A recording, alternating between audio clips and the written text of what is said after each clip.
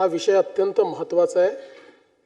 सन्माननीय मंत्री महोदयांनी जे सांगितलं ते मी पुन्हा रिपीट करतो की बायोडिग्रेडेबल नाही अशा कुठल्याही मटेरियलची फुलं जर असतील तर त्याच्यावर बॅन आहे, तो अधिक स्पष्ट व्हावा या संदर्भात GR काढण्यात येईल आणि अशा प्रकारच्या फुलांचा वापर करणारे डेकोरेटर देखील शिक्षेस पात्र असतील। या संदर्भात जे मोठे मोठे मॅरेज हॉल्स आहेत त्यांनी जर अशा प्रकारचं डेकोरेशन अलाउ केलं तर त्यांच्यावरही काय कारवाई करायची या संदर्भातही GR मध्ये आपण घालू। दुसरं आपण फुलांच्या मार्केटच्या संदर्भात सांगितलं, मी आजच माहिती घेतो। मला वाटत नाही की अशा प्रकारे कुठलं मार्केट वगैरे बंद केलं असेल, पण एखाद वेळेस सध्या अतिक्रमणाची कारवाई चाललेली आहे, त्याच्यामध्ये जर काही डिस्प्लेस झाले असतील तर आपण त्यांना जागा देऊ।